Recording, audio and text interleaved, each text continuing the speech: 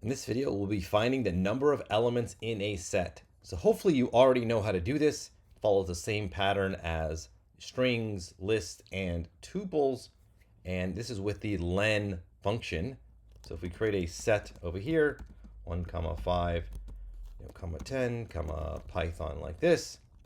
We look at our set. We want to figure out how many items are in the set. We just pass it in to the len function.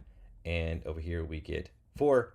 So one cool thing about this is if you want to see the number of unique items, like say in a string, so let's say, we have this string. Python is my favorite programming language. If I want to see how many unique characters are in here, I can pass it to the set constructor like this.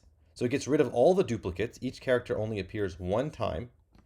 And then all I have to do is take the length of this. So I'm going to pass that whole thing into the len function. So this is a set, and I'm just passing that set into the len function, and I get 18. If you want to see this broken out, I can say, call this S. So that's the set of one character strings, and pass it into the len function, and I get the same answer. So very simple. Just use a len function to find the number of elements in a set.